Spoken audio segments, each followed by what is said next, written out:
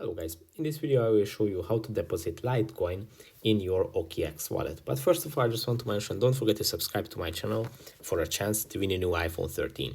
So let's jump into it. First, open your OKEx app, then go to the asset section, which is in the bottom right corner, sorry. And here, when you open your assets, on the top of the screen you can see your total value of your wallet. And below that, you can see the deposit, withdraw, and transfer icons. Now tap on the deposit icon, and here you will see the Litecoin deposit at the deposit crypto section. The Litecoin is the fourth one.